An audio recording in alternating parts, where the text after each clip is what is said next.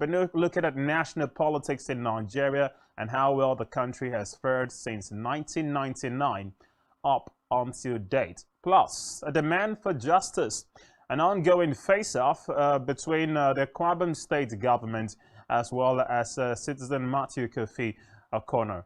Issues would look to address as we progress in the course of the show this morning, all targeted around policy opinion of a particular government, referring to the current administration of Governor Demi Manuel, which is also set to leave office in the next few days. But as is our tradition, we started the program with the latest roundup of the day's biggest political news stories and events, but that will be after the short timeout. Stay with us, Political Spectrum. We'll continue.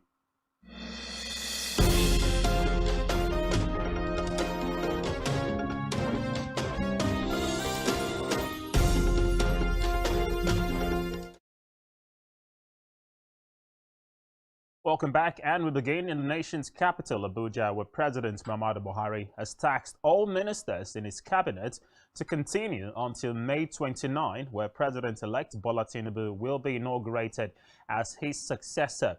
Now, this was confirmed by the Minister of Information and Culture, Lai Mohammed, who noted that the Federal Executive Council has not been dissolved. Meanwhile, the presidency yesterday explained that President Buhari had given the nod for last-minute funds, a few days away to the handover of the administration to Bola Tinubu, because according to him, the government needed funds to clear its debt. But this was confirmed by the special advisor to the president on media and publicity, Femi Adesina. Adesina stated this during a televised interview while assessing the performance of Buhari's 8-year tenure in office.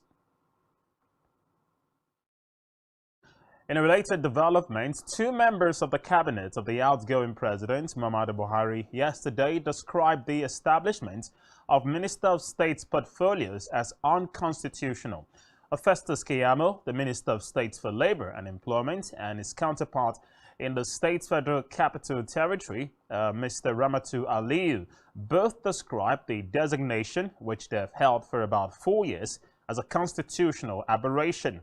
In a farewell message during the valedictory session of the Federal Executive Council yesterday, Keyamo said the concept or designation of Minister of State is a constitutional aberration and is practically not working for many so appointed. Well, he also said the position of Minister of State, as used in Nigeria, is a euphemism for junior minister, which also represents an equivalent of what is called undersecretary in some Western countries. Now, successive Nigerian governments and presidents have created the positions of Minister of State, reportedly to accommodate as much as possible loyalist and political interest in the cabinet.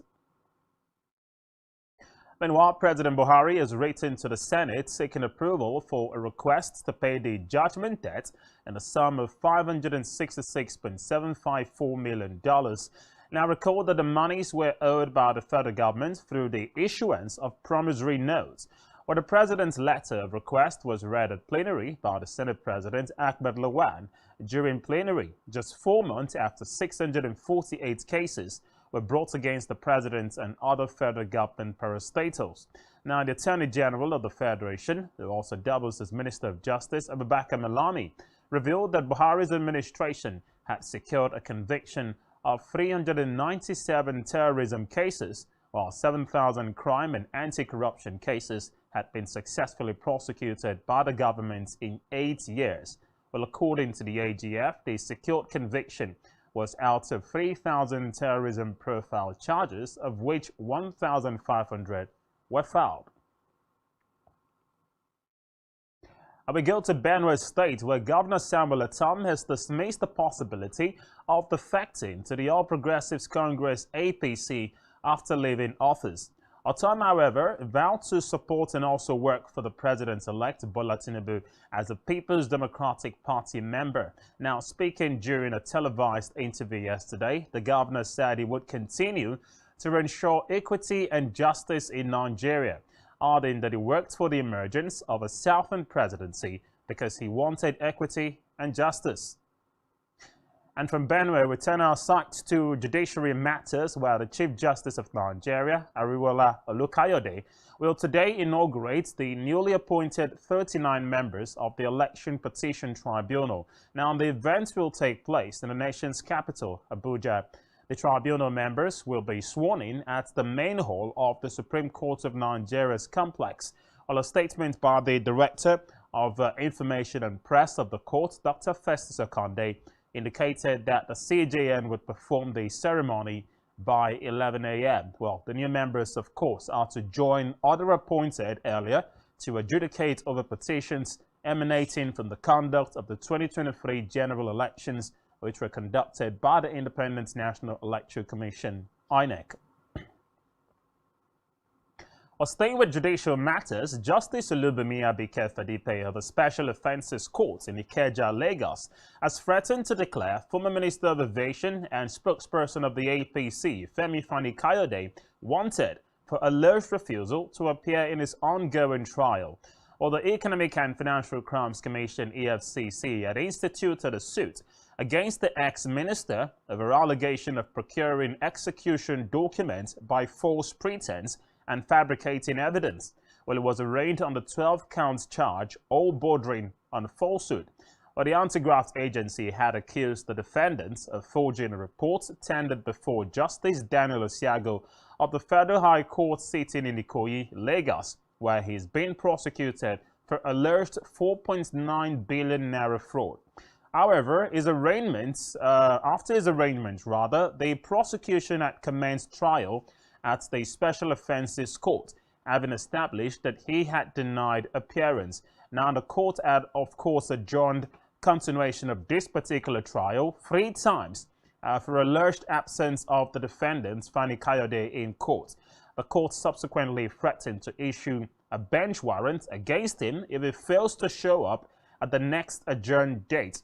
But the judge also tackled the prosecutor for what it termed non-diligent prosecution, noting that they can withdraw the matter if the EFCC is not ready to prosecute it further. And on this basis, Justice Olubunmi subsequently adjourned the case to November 7, 2023 for continuation of trial. Let's go to the southeast, where the indigenous people of Biafra, IPOB, have threatened that should its detained leader, Nnamdi Kanu, die in the hands of Nigeria, then the country and her leaders will fall in the hands of Biafra. Now, in a statement by its spokesperson, Emma Powerful, the pro-Biafran group said it was disappointed in the United Nations, the European Union, the African Union, as well as ECOWAS for what it said was keeping silent while its leader continued to be detained for almost 2 years by the federal government. Well, the group accused the Supreme Court of bias in the handling of Kanu's case, saying the apex court was conspiring with the federal government, alleging that the government wants its leader to die in detention. Well, they want the international community and the African Union in particular not to blame IPOB for whatever becomes the aftermath of Nigeria's continuous disobedience to what they say are laws in the case of Nnamdi Kanu, both local as well as international. These are interesting times indeed as far as the case concerning bail to the detained leader of the indigenous people of IPOB. And more than certainly, security apparatus in the country will likely not be taking the latest round of threats from IPOB with a pinch of salt. Everyone does agree that the matter should be handled as amicably as possible. But away from worries to more politicking as we continue our countdown to the May 29 grandstanding event, which is the expected inauguration of President-elect Bola Ahmed Tinubu. But as a government going out after 8 years in the saddle that has followed the activities of successive governments since the advent of democracy in the country back in 1999, dwelling on national politics, is Nigeria faring well or not? All of these and more will form the basis of our discussion as we progress. I'll be joined after this break by founder of Open Forum, Citizen Matthew Kofi Okono, to talk us through all those issues. But that will be after this timeout. Stay with us. Political Spectrum will continue.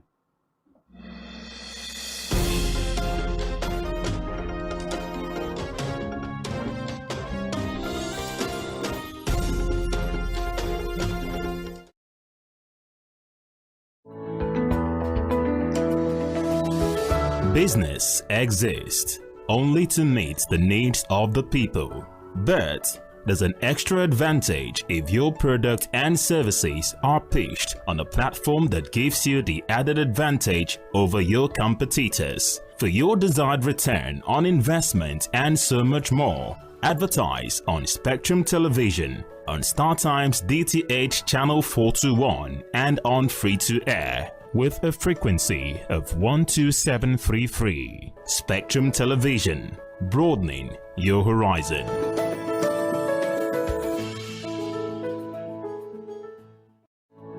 Nigerian police, which is the only one allowed by gross level. Our governors have to share police powers with the president as stipulated by the constitution. We do not have a federal government police force. We have the Nigerian police force, which shall be administered, organized, and supervised by the Nigerian police force. No, my lord, I want to say something. I want to say something here. Perhaps it might also enlarge the scope of people who should be invited here for examination. My lord, if we cannot find those who literally murdered Abiola, who are those people who could be said to be the beneficiaries of the death of Abiola? Rogers has linked you with some of the killings he did. He never did. He linked you with the attempted murder of Hebrew. He did not. My lord, the matters council is leaving the evidence in our matters. Is this an adversary proceeding? It's not, my lord, but you can't be talking about cases which are in court, Is my lord. this an adversary proceeding? It's not, my lord. These cases are in court, my lord. I'm just reminding your lordship. My lord, sorry, my lord, I think I'll be in cross examination. Legally Speaking, a program that deals with legal issues and questions we face as citizens of this amazing country, Nigeria. Legally Speaking. Join us every Friday from 5 p.m. to 6 p.m. for Legally Speaking.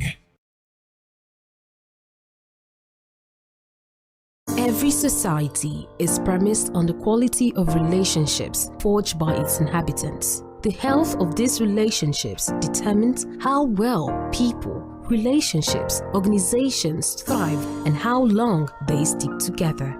Join Uyai Anyekan on Connect every Wednesday from 6 p.m. to 6:30 p.m. and on Sunday 2:30 to 3 p.m. on channel 421 on Star Times to catch all the conversations, interviews, real stories and how to navigate relationships and family life in the 21st century. Real people, real faces, real stories. Connect live on Spectrum Television.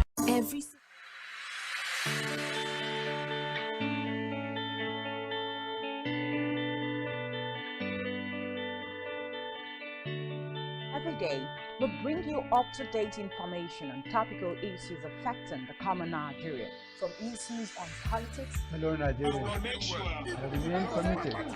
security,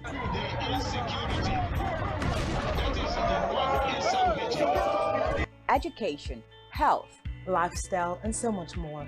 Join Janice Kobum and Uyai Anyekan every weekday from 7 a.m. to 9 a.m. on Rise and Shine Daily, exclusive on Spectrum Television.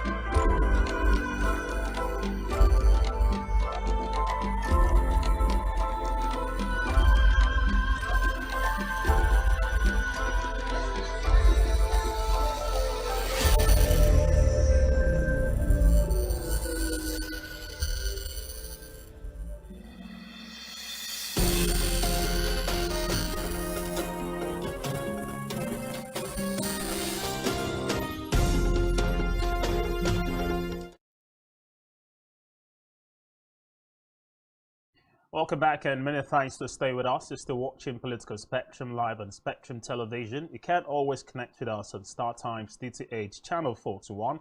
And we encourage you to follow us on all of our social media handles as displayed on your screen. There are two issues we'll be looking at in the course of burning stories on Political Spectrum this morning. A demand for justice, the ongoing face-off between citizen Marty Kofi Okono, the founder Open Forum, as well as the Akwa Ibom State government, and the role played by the Ibibio Elders Forum in all of these issues. So we'll try to ascertain that as we progress in the course of the program. But first up, let's start off with some discussion on national politics, with barely 4 days to go before the expected inauguration of President-elect Bola Ahmed Tinubu come May 29.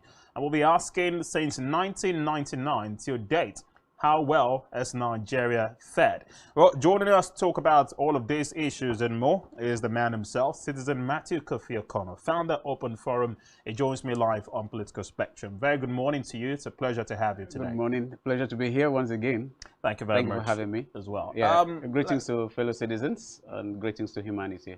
All right.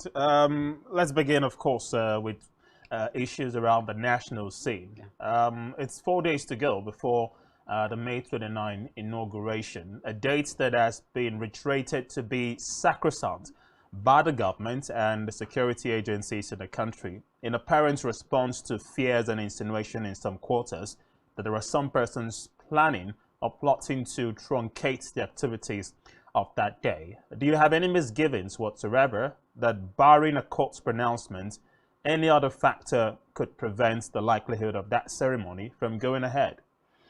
Thank you very much. First of all, I want to say that the handing over date, I don't know of any provision of the Constitution where it says if there is need or if there is an emergency anywhere, that date must be sacrosanct. Be that as it may, there's no basis for one to feel that the swearing-in should not hold. Those that have issues, they are at the presidential election petitions court, which is, at the first instance, is a court of appeal. From there, it will get to the Supreme Court. And there are even some matters, I think, at the Supreme Court, which is pronouncement is likely going to be made by tomorrow, which is the 26th day of May. If the pronouncement by the Supreme Court in that very case that has to do with the status of Shettima, who is the vice president-elect, that was he qualified to have had the ticket for senatorial district in the state of Borno, and also having the ticket been nominated as a vice presidential candidate as at then. If the Supreme Court decides and they say, okay, it wasn't right, going by precedence. It happened in Imo State, in some other places, where Umosu was said not to have been qualified because of double nominations and all of that. So if that judgment comes and it invalidates the nomination of Shettima, what now happens? Would we now say that, oh, 29th May is sacrosanct? We will not. We must be ready. Life is very dynamic. And for whatever reason, those that want to feel that, oh, because of ignorance, lots of ignorance in society has given room for some persons to take advantage of things they would rather have never tried. But outside such legal interpretations, Nigerians are very peaceful people. Nigerians, some person had expected, even international community has expected that with the outcome of the elections and some things that happened that bordered on magic, people have gone on the streets, but no. We rather choose to go to court. Very few dissenting voices who are not even sponsored by the key actors that are in court. So for me, we go to due process. I'm a due process person. I'm ready to inflict pains on myself as long as I don't make myself a nuisance to society. We rather look at others who have made themselves nuisance to society, no matter their levels. But people that are brilliant and courageous, just look at them, knowing that they are dancing to the pit along the line. So for me, May 29, we are looking forward to the swearing in of the president-elect and the vice president-elect, the governors and their deputies, and then by June, the National Assembly will be inaugurated. I'd like to, draw your attention to what is an apparent fix that the government seems to have found itself, because constitutionally, it's the duty of the outgoing president to swear in the new one. There is also a suit challenging Tinubu's position as the winner of the election as declared by INEC on the basis of the fact that he did not get constitutional requirements. We're expecting a court's pronouncements on that matter as well, coupled with allegation of perjury, where it is said that he possesses a Guinean passport, meaning he had lied under oath. Now, if the court rulings go against the APC and the president-elect, this would automatically mean the swearing in of May 29 cannot go ahead, buttressing the arguments of those who have maintained that this is likely to give room for an interim government, something the government doesn't want to hear about. Well, a correction. It's not the incumbent president that swears in a successor. It is usually the Chief Justice of the Federation that does the swearing in. Right. The only thing that the former president does is just ceremonial handshake, and then he parts. And interestingly, just a little digression, President Muhammadu Buhari has said repeatedly that he cannot wait to leave Villa. He's so much in a hurry to leave, and he has even given notice that if he goes to Daura, you could disturb him. Niger Republic is his next destination. That's on a lighter note, but it's a very serious issue that someday we need to look at it. The cases in court, we have two main contenders. They are other former Vice President Atiku Abubakar of the PDP. And the petition court has said that they are going to harmonize their issues. And I think the APC objected to that, but the court has settled because those issues are interwoven. So they are going to harmonize the issues, and then the parties have been given time frame. From what I know for now is that, like the Labour Party, they have been given 3 weeks to present their cases. So when you're looking at May 29, has been under threat because of a decision that may come from the petition tribunal. I say no, because today is 25th day of May. And how many days to May 29? So there's no way the outcome of the petition having to do with the elections and allegations against both the president-elect, Asiwaju Bola Ahmed Tinubu, and the vice president-elect, Shetima, those issues will not be treated before May 29. So definitely they're going to be sworn in. And you mentioned some clear things that are constitutional. Well, for those that know that the elections are won basically because of performance of the government, because of voters, because of the courts, we need to know that there are various levels where elections will have to be won or lost.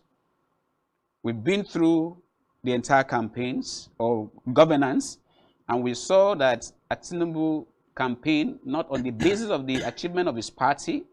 In fact, Asiwaju Ahmed Bola Tinubu attacked the APC virtually everywhere he went to, more than even the opposition parties put together. So for me, I've always said, Tinubu campaigned on the basis of who he is. He went against Mr. President, the Vice President, the Senate President, the party chairman, who all had interests, one interest and the other. You will ask, what were the interests? The President and the party chairman had a consensus candidate in Ahmed Lawan, the Senate President. Asiwaju trounced everybody. The Vice President, Professor Sibajo, was an aspirant on the APC platform. And people had felt, oh, this is better, he's younger, he's stronger, he's this, he's that. Well, Citizen, with your experience in politics over the years, would you join the school of thought that have upheld that the whole drama we saw in the course of campaigning by the APC towards this election appeared to have been carefully orchestrated.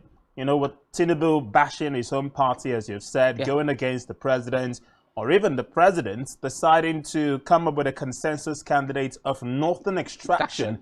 You know, I mean, it really doesn't add. So do you think all of this were clearly orchestrated and a mechanism devised by the APC to push through these elections and get what they actually wanted? Well, you see, in Nigeria, we've not been able to build institutions. We have built individuals who have become institutions by themselves. And at the same time, people still underrate the capacity of individuals. I've always said this. Anybody that underrates Siwaju Bola Ahmed Tinubu, or even Peter Obi, or even Atiku, that person needs tutelage, because these persons have become institutions. So, in a situation where you just said what I said and you all know the story, today, even with obvious ill health and caveats that became so trending that some people made a lot of money, comedians made a lot of money from mimicking Asiwaju Bola Ahmed Tinubu, for whatever reason, which the issues are in court, including some constitutional issues that nobody who has some of those things should have been able to sail through the system, to the point that you have nothing less than between 5 and 6 constitutional issues that has to do with one man who has eventually emerged. And then INEC itself, that has now, that is no longer a nominal party in election petition. I have never, all my life, seen the umpire try to do things that makes it an interested party to support a particular party. Can you lead us in on one of such instances? One of such is the fact that, as at last I checked, they have not been able to give to the parties, like the Labour Party, possibly too with the PDP, the materials they use in conducting the elections. What will the parties now use? Then Labour Party and PDP raised issue on educational qualification. I've read in the papers. It's there, you can cross-check online. INEC said, don't bring that up. INEC cannot determine what parties want to bring up. And then you also find the federal government, through their spokesperson, Lai Mohammed, who will make statements that goes to show that anybody that is in court against the outcome of the elections is wasting his time. No federal government should talk like that. That kind of statement should be made by a party spokesperson, not the minister of the Federal Republic, where you are speaking for all of us, speaking for everybody. All Nigerians are not in the same party. We don't have we don't run a one-party state. So, INEC, for the first time, announced that they have budgeted 3 billion, which by me is even small, because they have so much, they need so much help. They announced that. That's an indictment. That you are not just going to sit, let the parties do their fireworks, and then when they ask you, INEC, what do you say? Normally say whatever the court says. But now they want to say, no, you don't talk about this, don't put this. When do you do that? We have gone past that level of consciousness. Like I said from day one, I am close to my 60s now, and we have all this.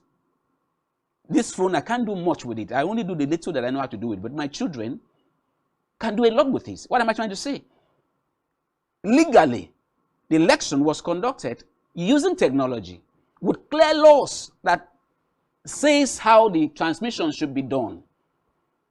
And for whatever reason, you announce results without getting all those inputs from where you're supposed to get it from. And now it becomes difficult. I am an analog person. Let me take myself as such. You are far more digital than I am. It will be difficult for me to come and play with you on digital issues. In fact, impossible. Impossible. I can't even try that with my children. I can't try that with my children. So the case in court is very interesting because it has gone past the issue of proof that you won election. Bring the evidence. So by the time INEC will come out with their evidence, those who are technology savvy will be drawing lines. And the fact that there's so much delay in even giving the materials carries a question sign. And the fact that, technically speaking, whatever you've been in life, which are constitutional, whatsoever you've or no, you will state. Do you have dual citizenship? Yes or no, you will state. Like some of these things, that the issue of dual citizenship which you mentioned, I don't think any of the parties in court were able to factor that in, because Hyundai, who has been doing revelational journalism, brought that up after some of these things have been filed. I don't have the details yet. Maybe there's a way that will be brought in, but... Well, it may not constitute part of the petitions or prayers put forward by the parties, litigants, but it's currently being entertained in a different court, and we're expecting a ruling on that tomorrow. But I also like the fact that you factored in the matter of evidences and granting access to parties to inspect election materials, which many persons expected would have happened by now. And you said it could lead to a lot of question marks. Now, one of those question marks have come through comments made by Dati Ahmed, the vice presidential candidate of the Labour Party. Yesterday, he said or alleged that INEC had wiped off all evidences from the BVAS. And when a strong statement is coming from such a quarters, it casts a lot of doubt about INEC's unbiased stance that most Nigerians would have expected from them as an electoral umpire. And this is also coming on the back of the court's decision not to grant the prayers of the PDP and Labour Party to have the court's proceedings televised. So I would like you to factor in your response to this angle as well, if you feel we should have reasons to doubt or, fear the judiciary in terms of delivering or dispensing justice where necessary. No, if we have a fear that we cannot get justice from the judiciary, that is a complete call for anarchy. And for some of us that are incurable optimists, I am one. I believe that we need to go through even a fighting by the rules. One of the parties, in fact, two of the parties, somebody like Atiku Abubakar, let me start from Atiku Abubakar. Atiku Abubakar had so many cases, while even as vice president with Obasanjo. Atiku Abubakar won all cases that he went to court. Peter Obi, I don't think there is any governor that holds the kind of record that Peter Obi holds, having to do with having virtually all his cases, all his elections settled in court, including one that was almost impossible to conceive. He won. And he's a non-violent person. And the issue of INEC becoming like giving cause for concern, not just to citizens, but to themselves. INEC should be concerned about itself because of what transpired. And I have not read the statement by Dati Ahmed that some things have been wiped off. That will be too late in the day for anybody to do that, because that was the issue before the runoffs elections that were supposed to go on. And they told them, no, we must get this information first. And they said, it's been backed up. This has been that. So they can't try that. If they try that, it further shows that none of them should be allowed to go outside even where they live without approval of security agencies, because they want to plunge the country to something that, God forbid, nobody prays for. If you are given the responsibility, you either deliver the responsibility as it should, or you resign. Or unfortunately, we are in an era where people don't get sacked. Somebody's appointed a commissioner or a minister, he stays 8 years, even without productivity. It has never happened in the history of the country. And now you have a body that was given over 300 billion, where there was no money for citizens to eat or even to move, no food for citizens to eat. They had everything directly, no complaint. Only to come out suddenly, and then we hear that, oh, saver for presidential wasn't working.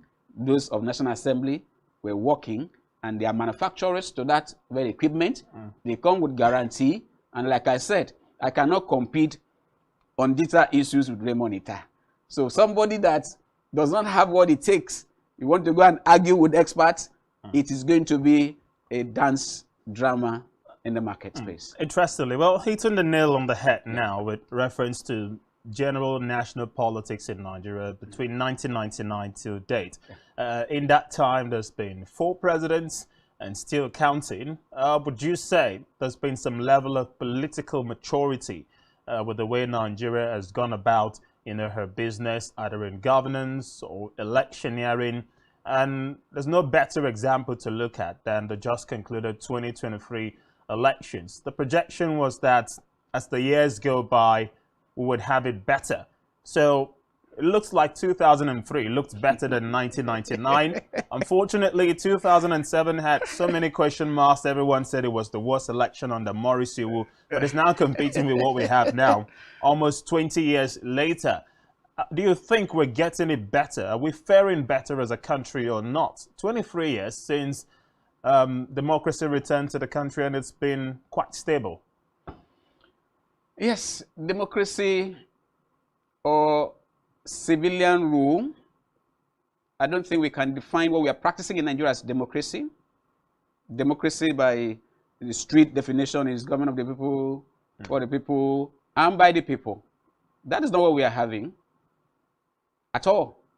What we are having is a civil rule where some persons, particularly after the 1999 and 2007, if you look at the power play, most people that were in office between 1999 and 2007, from governors to the presidency, a number of them left their offices and left very active participation in the political space, except somebody like President Olusegun Obasanjo. We give it to him. He's a very unique human being. He's an enigma, any day, any time. But others like Obong Victor Otta, one of the best Nigeria has ever produced in terms of leadership. Do you see him in the public space even becoming a nuisance or trying to see what to grab? No. They became, till now, a number of them are still in the political space. And one of them is the incumbent, the president-elect, Asiwaju Bola Ahmed Tinubu. He's been there from 1999 as the governor of Lagos State. And then thereafter, he's been able to hold Lagos in his hands. Nobody can deny that. He's been able to, take care of the Southwest as their numero uno political leader, even when he was in the opposition, until we which has been in power for 8 years. And within that 8 years, Asiwaju Bola Ahmed Tinubu was only called national leader in word. He could not even find where to put his feet. But because he's a tactician, he has now emerged. So, for me, it's been one step forward from particularly 2007. One step forward, 3 steps backward. You recall that late President Reforms Committee, what's the outcome? Nobody wants to implement any report, anything that will improve the system. People in government don't want to do it because they want to see how they can consolidate. Fast forward to the 2022 amended Electoral Act that gave the greatest hope to Nigerians, that the value that President Jonathan added during his tenure by introducing card reader, just card reader, that card reader became the joker. And the simplicity of even the man involved, that was how General Muhammadu Buhari emerged as president. I want to tell you, if it was another person within that period, there's no way President Buhari will have become the president to succeed Jonathan. The desire was, let us improve the quality of the electoral process, strengthen the electoral system, including the party recruitment of candidates in the party. There's no way you water down, One of the things that I knew was in the Electoral Act before it was signed was the fact that all litigations will be settled before the swearing in. Sincerely speaking, I was shocked after this when I got to know that that was not part of the Electoral Act that was signed. It was one of those things that were removed. But thank God for the beavers, an electronic transmission of result, real time. Why do you think an important item as that was removed from the Electoral Act, and we didn't see any, for lack of a better word, noise making, like something like what we saw with the direct or indirect mode of primaries? It seemed to have been a national issue that was discussed, but we didn't see anything with reference to the allegations you just made. The challenge has been the level of ignorance and apathy among citizens. Some of us that are running NGOs that try to focus on sexual education and enlightenment, why a lot of people get away what they do is because of ignorance among citizens and the fear of, if you speak out, you'll be starved to death. You'll be marked as anti-system. What they call system is corruption. It's a masquerade that must be protected because that's where you are eating from. So, most citizens, including myself, going on, what are your inputs? They don't. So some of us are just struggling, see how to buy money, to buy airtime, and to talk and to engage citizens. You are marked. Please be careful with this person. It's going to embarrass us. So citizens did not know, because if this was known, we will have, it was even citizens that compelled Mr. President to sign. And by the time he signed it, we now gave him credit. Oh, Mr. President has added value. And after signing, he had to even forward it back again to the National Assembly for amendment of some of the clauses which were unnecessary. And thank God, National Assembly ignored him. But the implementation became something else, which still boils down to some persons feeling that they think. We went to the polls on February 25. The decisions of citizens on that day has changed Nigeria for life. Whatever be the outcome of the court case, Nigeria will never be the same. Why? Citizens know better. Some people were killed. Like I keep saying, even the thugs that were sent by some of those unscrupulous politicians to go and hijack materials or destroy things or hurt people who got shot or died in the process, they are better than those who sent them. Because they could deliver. You had a mandate. Go and destroy that place. Go and scatter them. And the person goes there and does what you sent him. But you that have been given mandate, first of all, the primary responsibility of the government is the welfare and security of citizens. Don't do road, don't give them electricity, whatever. Welfare and security. That is, if you just do that, you fulfilled your calling as a governor or president or anybody in power. But what has happened? It's just about themselves. So that, like, live in government houses. Interestingly, you factored David Ondayin into this conversation. I followed up on a tweet he made a couple of days ago where he said, legitimizing the incumbent administration of President-elect Bola Tinubu by the US, the UK, the EU, and several other international organizations would also lead to a problem for most of these persons. He was making reference to, of course, the allegation of perjury committed by, which he alleged to have been committed by the president-elect, and also reports of him being fingered in several drug cases in the Yemeni on Nigeria pre-independence, and that has contributed largely to the political non-advancement that Nigeria has had from 1960, perhaps up until date, because we're still grappling with even the basics of how to run a government or governance properly.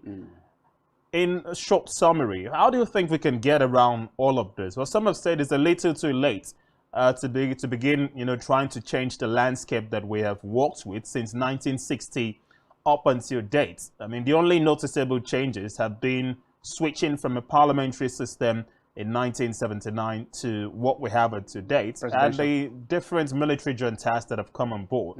But going forward, what will it take to restore the Nigeria existing units in Nigeria together to ensure that we actualize, the purpose for which we came together as a nation. We pride ourselves on being Africa's or the world's most black populous nation, but there's nothing really to show for it. So what do you think it would take to address all this? The president-elect says it will favor competence over national unity. So for him, it's nothing that really matters. The vice president-elect said, restructuring my food. So if these are the persons we're looking forward to for leadership. What we are seeing, and that's one of the things that will ever pitch me against people who don't see it my way. Anybody in leadership position is who? He is a servant leader. You are just one of the citizens that they said, oh, we need somebody to lead us. They now choose you either at the traditional level or political level. Just one of us. If we are about 5 or so in this room or thereabout, somebody has to be the leader. And when we want to analyze who will lead us, naturally, leadership qualities are supposed to be seen in some persons so that even if it's a stranger that comes and there was no leader before, and the person says, who is going to lead? You'll find that others will naturally maybe look at Raymonita. They know that you have what it takes to lead. You were never made a leader before then. Now they want to identify who, a stranger wants to identify who he can address, who will take responsibility. Every other person looks at Raymonita. Are you not a leader? In politics and in traditional institution. It's different from spiritual matters. I was called. So for me, it's traditional because there are norms that will divide between traditional and political. So on the issue of every sense of purpose, for instance, there are issues of the alleged charge on drug dealing and funding. The question would be, what is the position of the U.S. government? Has to do with the U.S. Is that anybody that has had drug issues, who eventually emerges as now other issues that borders on educational qualification, the basic now firing from all cylinders about that his office was an illegal office. Minister of State was an illegal office. The certificates, those places are blank. The next is the Chicago, I think, at all those things. So these are constitutional issues. And if you were ever convicted of any things there, so, and all these things has to do with the international community. So America has, which some people are even saying that not even at the level of Secretary of State to come and all of that, but be that as it may, not the Vice President, not this and that, recognize our President-elect. We congratulate him. We've never had that before, but now it has happened. But I can tell you that they have to be dealt with according to the law. For countries of the world to completely shun countries, including those that have issues, including those that are ready to further hold us by the jugular or hold because of the quality of leadership that we have. Until we now have people that have the political will. And I must say this. Why? Because what he chooses to do, he does it maximally. He has a kind of political will that even a performing man at Ambody who fell out with him, Mr. President. Do you feel that is safe for the nation's democracy? It is not safe, but you need to get the point I'm driving at. Right. The political will. He will sack people. He will demand for result. Even if been having, I had stopped blaming Mr. President. So that maybe we'll talk about, really looking, I know we'll have time to talk about this. Why? You don't put pressure on somebody that have, after the second term, you should have been a very fulfilled person. And because of what was on ground, a second term is not only the ones that will not be able to hold them and break them, the ones that will not be able to throw them into jails. So you now have revelations that are being done by people in the administration. Look at the fuel, crude oil theft. People that loot in hundreds of billions, even by the current president. Look at what they has turned to. A multi-trillion, when we call it over $1.1 billion was used to buy, jets to fight. It must be good enough to have the buy-in of citizens. There's interesting issues. Hold your thoughts on that. Himself will be in the eye of the storm as it relates to an ongoing feud with the Akwa Ibom's 3-day hunger strike. We'll get the grasp of these issues and more when we come back from...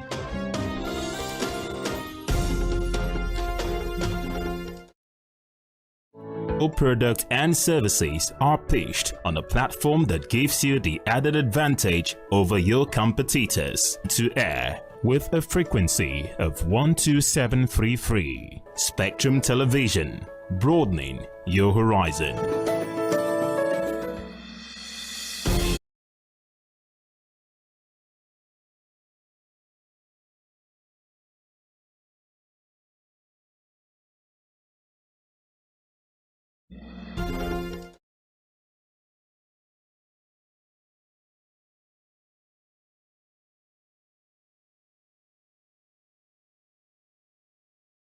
O'Connor, the founder, Open Forum, and interestingly, the second issue of the day, Forum, and a call for investigation by security agencies into matters we'll be looking at right away. There is a press statement out there on the clarification of issues relating to your suspension as the Secretary General of the Forum herein mentioned. That's the Ibibio Elders Forum. And this is a matter, of course, that concerns the organization, including you. Can you just lead us in first into what this is all about? So we understand there was a press conference to this effect before the statement was eventually released. You have been a key member of the forum in question. Yes. And more or less, everyone tends to know you when we hear Ibibio Elders Forum because of your role as the pen pusher of that group. What happened? Well, it's a shocker, but there's one thing about life. Life is very dynamic. You've got to be ready for anything. And I am a very conscious soul.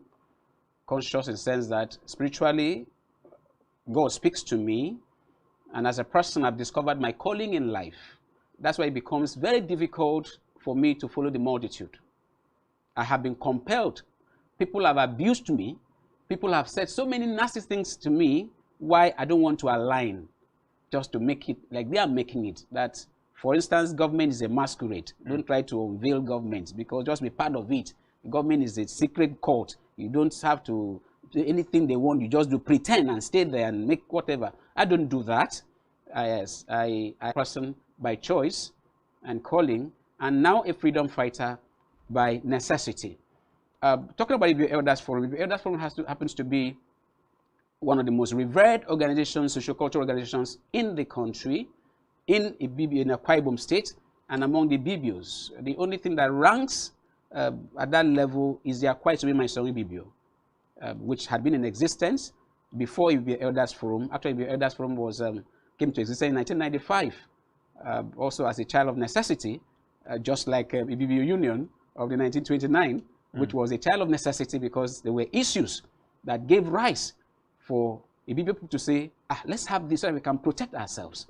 So, Ibibio Elders Forum, we had the first chairman who happened to be our late sage, His Excellency Chief Dr. Clement Isong. Thereafter, we had Honorable Udoyan, was the second Secretary General, and we had, Chairman, and then we had Sir Dr. Konopanoko, the third chairman, and now currently we have Honorable Dr. Emmanuel Akpanabong, who is the fourth chairman. But incidentally, the emergence of Dr. Akpanabong happens to come. I was assisting the chairman until the chairman, Dr. Konopanoko, now told me, "Are you not of age? Come and join." And you cannot join your Elders Forum except you are recommended. Somebody sponsors you, and the age has to be 50. Yes, I was over 50 then, and he said, "You come and join. You are doing a lot." And helping, so I joined. Almost the first day, I was almost made the PRO from the first day. By the second meeting, I was made the PRO. I had discovered that the group was not registered with the CAC, and I said, no, it's got to be registered. And by the grace of God, I influenced that seriously. A group that was supposedly taking decisions that mattered on behalf of very well for 20-something years. people and wasn't registered for the CAC. Yes, it wasn't registered. I talked with the chairman. The issue was raised on the floor. The lawyer that had handled it 5 years behind was invited, and I even influenced those who were added as BOT members for us to get it registered. I did that, and that was registered. By the time it was registered, thank God I even submitted the document. Immediately it came to my chairman. Otherwise, I would have been burnt with my vehicle when I was attacked in 2018. So thereafter, they said, you should be a member of the board of trustees. I said, I couldn't have said that. I just come to the group. They said, no. So I was now made a member of the board of trustees, and then before then, we never had the board of trustees, as in the EXCO board of trustees. So we now had the board of trustees, and then the reforms, which I, by the grace of God, championed. But because chairman wasn't too strong, the vice chairman then wasn't also too strong, the man that became the deputy secretary, because Dr. Kwanabong had been the secretary from inception, 1995, because of activities, somebody had to assist him. Dr. Okune-Kandem was made a deputy secretary to assist. And these are very mature people. They now said, oh, you become the writer. So I became the PRO, and I became the writer. And one thing led to another. We needed to do restructuring, which I was able to talk with the chairman then, and he bought into it. Let us change the method. It doesn't mean that the chairman must die before another chairman, then the vice takes over, as it used to be. We have somebody who is very versed in the person of Dr. Emmanuel Kwanabong. We can make him the chairman, and then you, Dr. Kwanabong, will become the chairman of the board of trustees. The vice chairman will now become the deputy BOT, and then the deputy secretary general will now become the secretary of the BOT. And it was bought in. A committee was set up. We did all that. I was the secretary. We finished that. We had to write the constitution. I was also the secretary to the constitution drafting committee. So correlating the background of yes, the history of the group yes, and your advent into the group as yes, well. Yes. From where does this link, arrive at your removal or suspension from yes, your role? I needed to give that preview to see the kind of role I played. I almost dedicated my entire life. It was like a full-time work for me, and I was happy doing that. I told them from day one, when I went, some of them said, you are too young. Are you even up to age? I said, yes. Why do you look so young? I told them my secret and the grace of God, that I'm not coming to rub shoulders with elders. God forbid. I'm coming to work. And I can say that under oath anywhere, in my dream, anywhere, that all that I've done has been to work. By the grace of God, the group was repositioned. Everybody became comfortable until we now had some issues which would never have brought me to sit here to talk about suspension. Suspension without even trial. When I was attacked at the Bedu during an organized mayhem where cultists and hoodlums were hired to attack a political delegation to the traditional last palace. 2 people died. I was almost killed with my son. My vehicle was burnt and I literally walked. The long and short, the Elders Forum decided that please, since the chairman was from Seletai, we cannot go. The forum now wrote to His Excellency. I have some documents here. All right. On September 2018, the forum, who by this time the name had been changed. Officially, we are known as Adara Ibibio. Okay. Otherwise called Ibibio Elders Forum, because the Elders Forum did not go straight during the registration. So we now coined to Adara Ibibio, which is still Ibibio Elders Forum. And then the July 14, 2018 mayhem, nothing was done. And Ibibio Elders Forum now wrote to His Excellency on September 20th on the politically motivated attack on Elder Honorable Matthew K. O'Connor. I was then public relations officer and appealed for assistance. I don't want to read this, but I tell you, the letter was signed by Senator Dr. Okone-Kwanuku, the chairman, and the Deputy Secretary General, Dr. Okone-Kandem. Dr. Okone-Kandem is still alive. When there was no response. The letter was received by the office of the governor on the 21st. On October 22, they now wrote again through to the governor, through the SSG, still on the same topic, appealing to His Excellency to please do something about the attack, not just to address my issue, but to see how the state government can take care of the issue in Seletai. But I tell you, like I keep on saying, the Seletai that this administration will be leaving behind, it will take maybe 20 to 30 years to correct the errors that have been done. All the things that we had done to put Seletai in place has been destroyed. And all efforts to appeal to His Excellency to listen to elders or hear some of us out to correct these things have all fallen on deaf ears. So that in Seletai, that some of us suffered to put in a zoning arrangement that was seamless has been destroyed because of some vested interests who don't even regard His Excellency for anything. They don't. They just take advantage of him.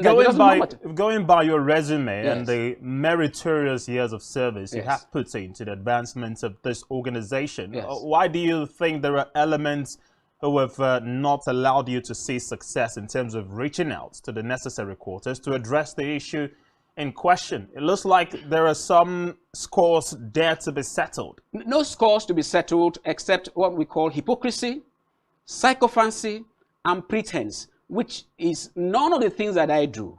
I had mentioned Ntengin. You see, during the era of Obonwoko had about 3 desires in life. One of it was for his eyesight to get better. The second was for him to behold that Ibibio has a king in the person of Okwibum. That's an office. Anybody can occupy that. But the current Okwibum, by the time that was done, which I was also in the coalition committee, nominated by the Elders Forum, both the proclamation and the coalition committee, I was there. I was one of the 3 representatives there. So, by the time this was done, our chairman was then in the hospital. By the time he came back, he said he wants to behold Okwibum before he passes on. And thank to the glory of God, I made it possible.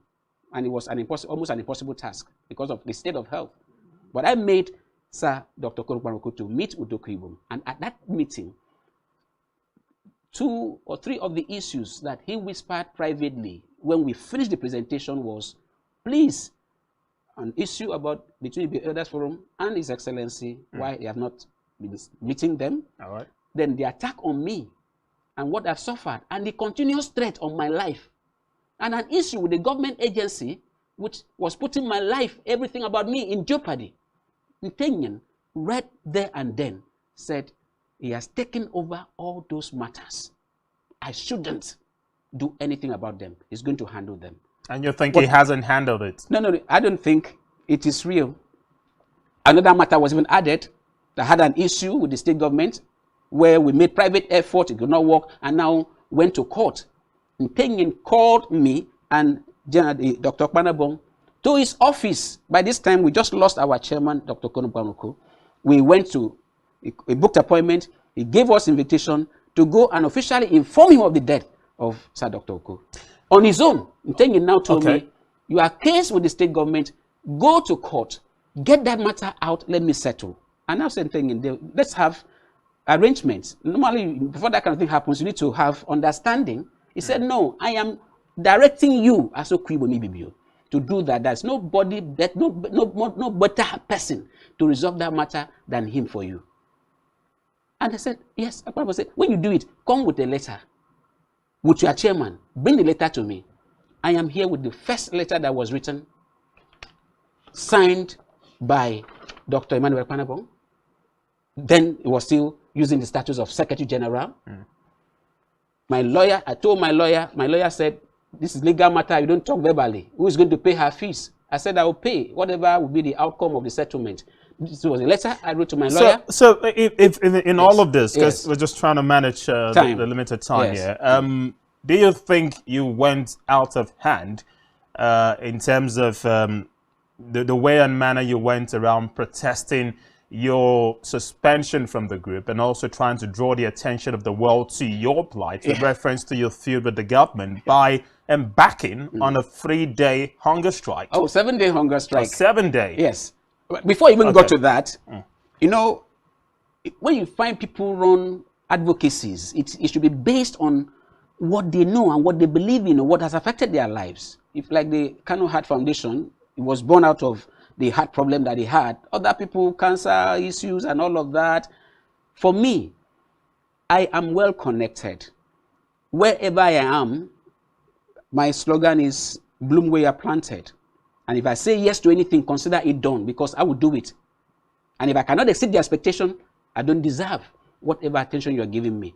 So I discovered that with all my connections, with all my registered, to do what? To help leaders with ideas. I run town hall meetings that handles wonderful ideas which we make available.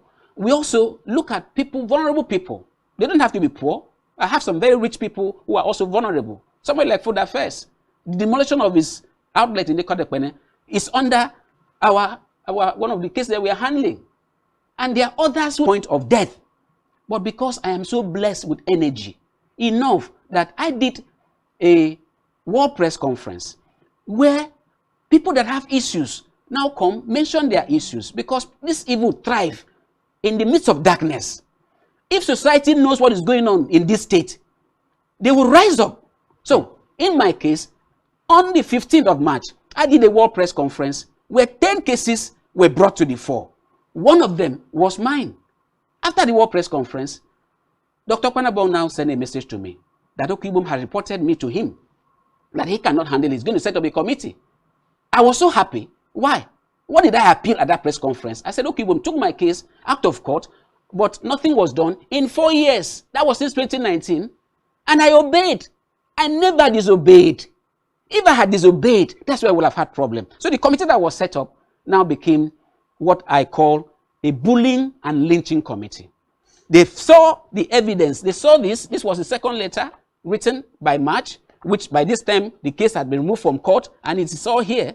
This was notice of discontinuance, which was the first one, and this happens to be the court order. And you will see that in all the letters written, it was because Ntengen directed.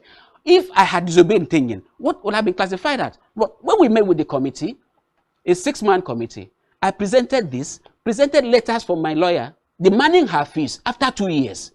And they all saw it, nobody queried. By the time they went to Okibum and came back, the story became different. They were bullying me, attacking me, trying to make me look like what do you call it?